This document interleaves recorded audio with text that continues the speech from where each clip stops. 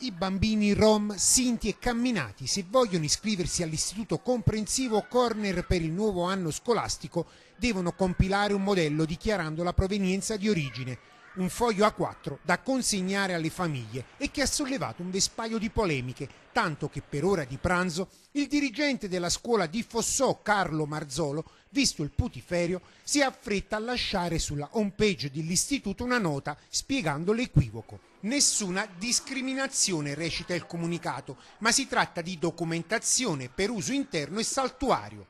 Ma nel frattempo la notizia comincia a fare il giro del web e il dirigente finisce sotto accusa. Montano le polemiche politiche.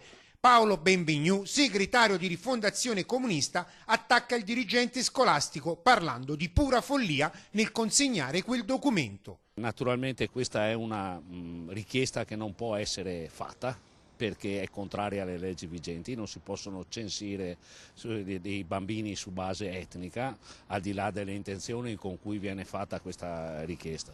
Dopodiché abbiamo deciso di intervenire perché questo modulo venisse ritirato. Quanto accaduto conferma il grave pregiudizio nei confronti di rom, sinti e camminanti, dice la mediatrice culturale attivista rom Diana Pavlovic, giustificandolo come elemento per favorire l'integrazione.